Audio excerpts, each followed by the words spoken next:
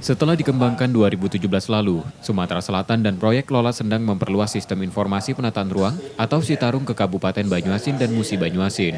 Dua kabupaten itu sudah memiliki Citarum yang dapat diakses secara daring dan terintegrasi dengan Citarum milik pemerintah provinsi yang lebih dulu dibangun.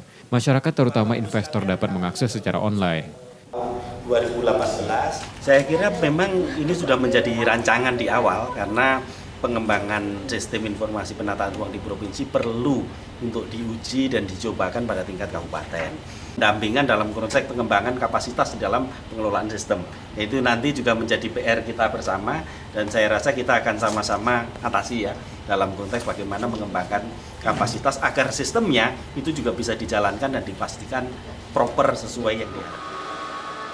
Citarum memberikan proses penataan ruang menyangkut perencanaan, pemanfaatan dan pengendalian pemanfaatan ruang, serta hasil dari penataan berupa RT/RW.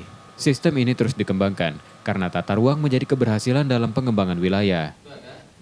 Rizky Nurmizan, Kompas TV, Palembang. Akan kita konekkan ke Citarumnya provinsi.